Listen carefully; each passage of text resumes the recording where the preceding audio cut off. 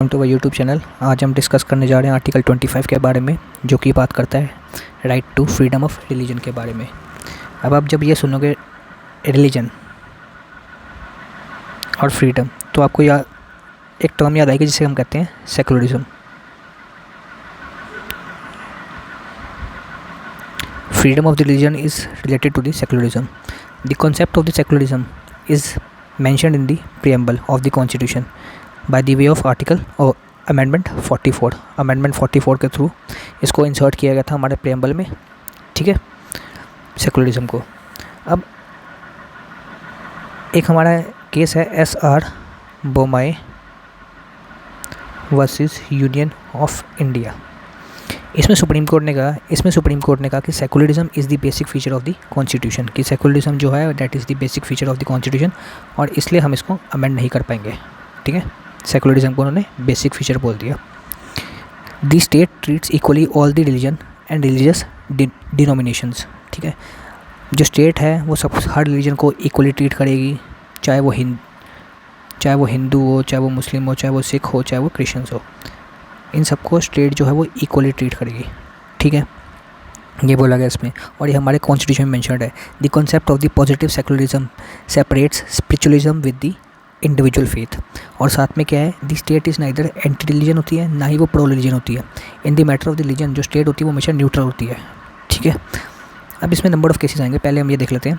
Article 25 of the constitution guarantees freedom of the religion to all the person in India, यानी it is available only to the citizens, ठीक है। It provides that all the person in India subject to the public order, morality, health and other provision, यानी ये इसकी restrictions आ गई, reasonable restrictions आ गई, ठीक है। Are equally entitle to freedom of the conscience है, प्रोफेस कर सकते हैं, प्रैक्टिस कर सकते हैं, प्रोपोगेट कर सकते हैं। इनकी डेफिनेशन में आपको आगे बताऊंगा। It provides that this article shall not affect any existing law and shall not prevent the state from making any law relating to regulation, restriction of the economic, financial, ये हमारा clause 2 है इसका, political और any secular activity associated with the religious practice, या that is providing for the social welfare and reforms, ठीक है। अब second close में क्या दे रखा है हमारे इसमें, सेकंड क्लोज में ये दे रखा है कि स्टेट का कोई लेना देना नहीं है रिलीजन के मैटर में वैसे, ठीक है, लेकिन the matter which are related to its, जैसे कि सेकुलर एक्टिविटीज़ होगी कोई जो इसकी वर्किंग से रिलेटेड है, एडमिनिस्ट्रेशन से रिलेटेड है, वर्किंग से रिलेटेड है, जैसे कि हमारी सेकुलर एक्टिविटीज़ हो गई है उसकी, economic activities, financial activities, political activities, इसमें जो स्टेट है वो रूल्स एंड रेगुलेशन बना सकता है, ठीक है।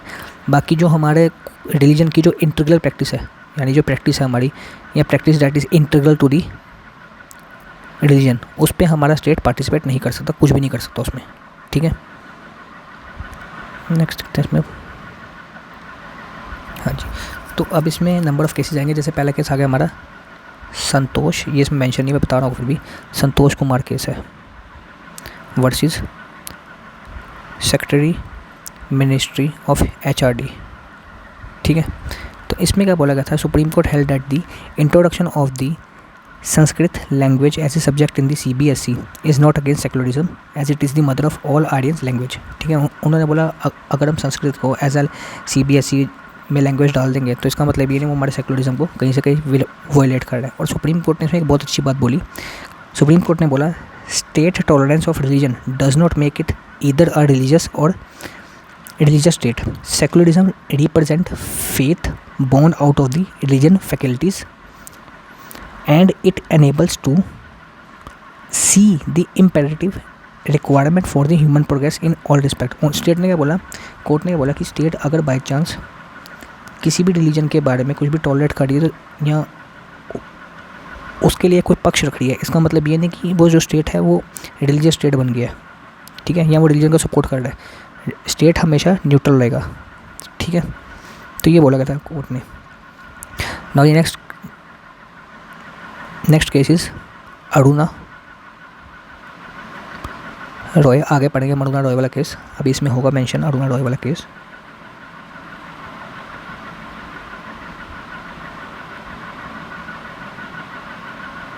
इसमें नहीं है, चलो मैं आपको बताता हूँ अरुणा रॉय वाला केस क्या था। Aruna Roy versus union of India. अब इसमें क्या था हमारा, इसमें जो हमारी न्यू एजुकेशनल पॉलिसी है, the validity of the new educational policy which provided for the value based education to the school children based on the basis of all the religion was challenge under article 28। और उसको क्या बोला गया कि ये anti secular है। Court ने बोला, सुप्रीम कोर्ट ने कहा, supreme court held that study of the religion in the school education is not against the secular philosophy of the constitution. ठीक है, सेकुलरिज्म एक सस्पेक्टेबल पॉजिटिव मीनिंग में है। ठीक है, जिसका मतलब क्या है, डेवलपिंग, अंडरस्टैंडिंग, रिस्पेक्टिंग रिलीजन को, अपने रिलीजन को भी और साथ में दूसरे रिलीजन को भी। तो Anurag Roy versus union of India में कोर्ट ने ये बोला। ठीक है, अब हम पहले मतलब देखेंगे किसका, कंसाइंस का। कंसाइंस का मतलब क्या है, the freedom of conscience is absolutely inner freedom. ये हमारे अंदर हमने एक भावना रखी हुई है कि हम भगवान को मानते हैं, कैसे मानते हैं, हमारा भगवान का रिलेशन क्या है, वो हमारे अंदरूनी मैटर है। हमने भी मन में बना रखा है कि हाँ हम भगवान को ऐसे मानते हैं और हमारा वो बिलीफ है। ठीक है, अब अगला क्या है इसमें, नेक्स्ट है इसमें प्रोफेस एंड प्रैक्टिस। ठीक है, profess a religion means to declare freely and openly once faith and belief. ठीक है, ओपनली मैं बता रहा हूँ कि मैं इस फेथ को मानता हूँ और इस बिलीफ को मानता हूँ। कंसाइंस क्या था, अपने मन में जो था मैं मन में मान रहा हूँ उसको। प्रोफेस किया, मैं उसको प्रैक्टिस करूँगा, डिक्लेयर कर दिया फ्रीली कि मैं हाँ इस धर्म का आदमी और मैं इस बिलीफ को मानता हूँ। He has the right to practice his belief by practical expression in the any manner he likes. ठीक है, practice religion is to perform the prescribe religious duty. Practice में क्या है, रिलीजियस ड्यूटी मतलब हम कर सकते हैं, राइट्स कर सकते हैं, रिचुअल्स कर सकते हैं, अपने बिलीव्स को प्रोपोगेट कर सकते हैं, जो भी हमारे बिलीव्स हैं। तो प्रोपोगेट मीन्स अब क्या होता है, स्प्रेड करना, पब्लिसाइज करना कि हाँ मेरे ये रिलीजियस व्यूज़ हैं। ठीक है, मैं ये रिलीजियस व्यूज़ रखता हूँ अपने, तो उसको मैं फैला रहा हूँ। अब इसमें हमें कंफ्यूज नहीं होना, राइट टू प्रोपोगेट, जब मैं अपने व्यूज़ फैला रहा हूँ तो right to propagates one religion does not means और give the right to convert any person to one's own religion. इसका मतलब ये नहीं कि किसी बंदे को हमने धर्म परिवर्तन करवा दिया। प्रोपोगेट का मतलब ये कहीं नहीं है। प्रोपोगेट का मतलब ये है कि तुम जाओ अपना पब्लिसाइज करो, अपने रिलीजियस व्यूज़ को लोगों को बताओ कि हाँ मेरे ये रिलीजियस व्यूज़ हैं, मैं ये अपने वो रखता हूँ। ठीक है, article 25 guarantees freedom of conscience to every citizen not merely the followers of one particular religion.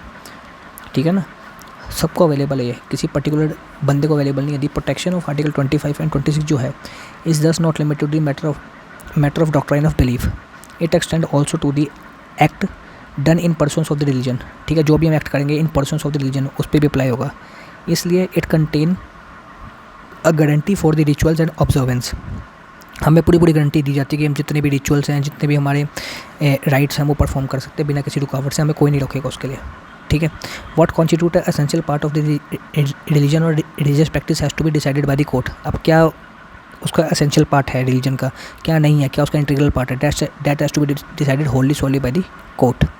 ठीक है, और साथ में हमारा उसके कस्टम भी। अब इसमें हमारा पहला केस का आ गया Tilkayat Shri Govind Lal ji Maharaj versus state of Rajasthan. Supreme court held that test to determine the question in deciding what is the integral part of the religion is whether it is regarded as the integral part of the community. अब court कैसे decide करेगा, वो ऐसे decide करेगा कि वो integral part है हमारा कम्युनिटी का फॉलोइंग द दैट रिलीजन और नॉट। ठीक है, उसके बाद दूसरा क्या था हमारा, Hasan Ali Mansoor Ali. Bombay high court held that article 75 and 76 not only prevents doctrine of belief, जैसे मैंने अभी आपको बताया था, of religion, but also the act done in persons of the religion.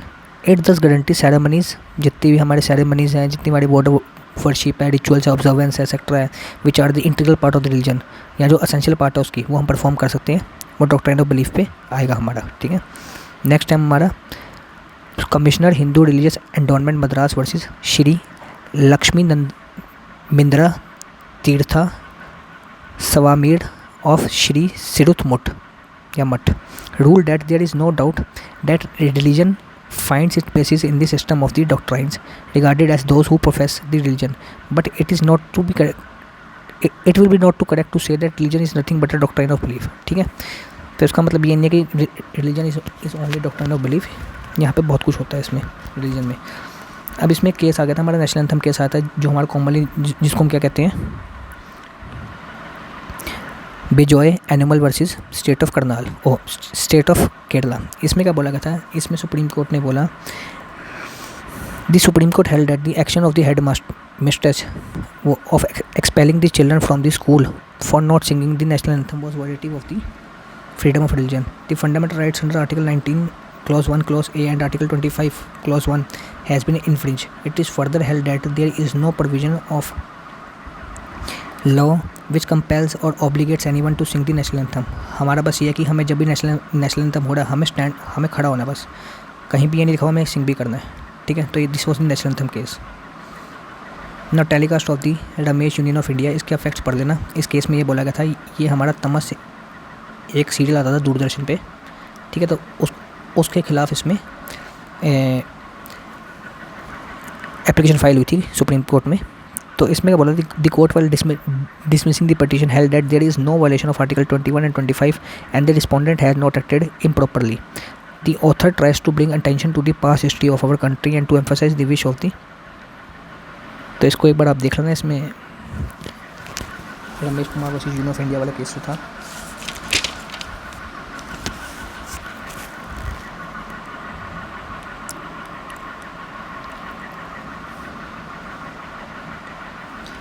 अब उसके बाद आ गया नॉन ब्राह्मण वाला, appointment of the non Brahmin as pujari. ये हमारा है N Aditya versus Travancore Devaswom board. इसमें क्या था कि जो नॉन ब्राह्मण है उसको भी हम अपॉइंट कर सकते हैं एज अ पुजारी ऑफ दी अपना टेम्पल या मंदिर. किसी का भी नॉन ब्राह्मण को भी हम अपॉइंट कर सकते हैं, जरूरी नहीं सिर्फ ब्राह्मण ही अपॉइंट होगा, नॉन ब्राह्मण को भी हम कर सकते हैं. इसके बाद केस था A.S. Narayan versus state of Andhra Pradesh. इसमें क्या बोला गया था, the word religion used in article 25 and 26 जो था हमारा is personal to the person having the faith. वो उसका खुद का मैटर है. रिलीजन जो है सबका अलग अलग होगा, वो अपने तरीके से अपना वो मनाएगा, कैसे उसको प्रोफेस करता है, कैसे प्रोपोगेट करता है, हर बंदे का अपना एक पर्सनल मैटर है ये. और इसमें हमारा Andhra Pradesh charitable and Hindu religion endowment act को वो किया गया था, चैलेंज किया गया था. किस लिए किया गया था, क्योंकि वो उसने अबॉलिश कर दिया था हेरिडिटरी राइट ऑफ आचार्य, यानी आचार्य का बेटा आचार्य बनेगा और ऐसे चलता रहेगा. कोर्ट ने इसको बोल दिया कि this is the violation of article 25 and 26, ठीक है. क्योंकि स्टेट के पास, जैसे मैंने आपको बताया था, 25 के 2 के अंदर पूरी पावर है रूल्स बनाने के लिए. तो इसमें क्या बोला गया, the court held that the act is violative of article 25 and 26, sorry not violative of the article 25-26 और एक्ट वैलिड है. The hereditary right to appointment of the priest is not an essential of the religion और the matter of the religion, ठीक है. The right of the religion guaranteed under article 25 and 26 is not absolute, और साथ में वो there are reasonable restriction applied to it. The appointment of the acharya is the secular activity. तो secular activity है, जैसे मैंने को बताया था 25 के 2 के अंदर, वो सेकुलर एक्टिविटी है which can be regulated by the law. अब नेक्स्ट केस था बुरी versus state of Jammu and Kashmir. अब इसमें केस में क्या था, हमारा जम्मू कश्मीर का माता वैष्णो देवी श्राइन को हमारा चैलेंज किया गया था. इस एक्ट में क्या था, the act abolish the hereditary post of the priest in the temple and made provision for the appointment of the priest by the state. Supreme court ने बोला कि the service of the priest जो है वो secular activity है and that may be regulated by article 25 Clause 2. There is distinction between the, court ने बोला कि there is distinction between religious services, ठीक है, और साथ में person who perform the services. The performance of the religious services according to the tenets custom and usage prevalent in the place of the worship, वो integral part माना जाएगा हमारा religious faith का और बिलीफ का. लेकिन किससे परफॉर्म की जा रही है, ये हमारा एक इंटीग्रल पार्ट नहीं है उसका, तो इसलिए स्टेट इसमें इंटरफेयर कर सकती है, ठीक है. नॉइज पोल्यूशन वाला केस आ गया. इसमें बोला गया nowhere in any religion it is mentioned that prayer should be performed through the beating of the drums or through the voice amplifier which disturb the peace and tranquility of the others. If there is such practice it would be done without adversely affecting the rights of the others, जो कि हमारे public at large को हम disturb नहीं करेंगे, तो वैसे कर दिया जा सकता है. मौलाना मुफ्ती वाला केस आ गया था जिसमें restriction were placed on the use of the microphone before 7 AM. It was held by the Calcutta High Court that the azan is the integral and necessary part of the religion, but certainly not the use of the microphone. ठीक है, it violates the basic human इनका sleep और laser को वो wallet करते हैं. ये अभी मैंने आपको नॉइज पोल्यूशन का बता दिया. अब the supreme court in reply noise pollution case has given certain directions to be followed and to control the noise pollution in the name of the religion. अब जैसे फायर क्रैकर्स है, दिवाली पे fire crackers नहीं बजेंगे, complete ban आ गया। Loud speaker आ गए, restriction on the beating of the drum, tim tom, blowing of the trumpets और any use of the क्या कहते हैं हमारा sound amplifier between 10 AM to 6 PM public emergency. तो ये हमारी सारी प्रोविजंस जो थी, ये हमारे गाइडलाइंस दी हमारी सुप्रीम कोर्ट ने लाउड स्पीकर को लेके। So thanks for watching our video, that's all for the day. Do like and subscribe our channel. Thank you.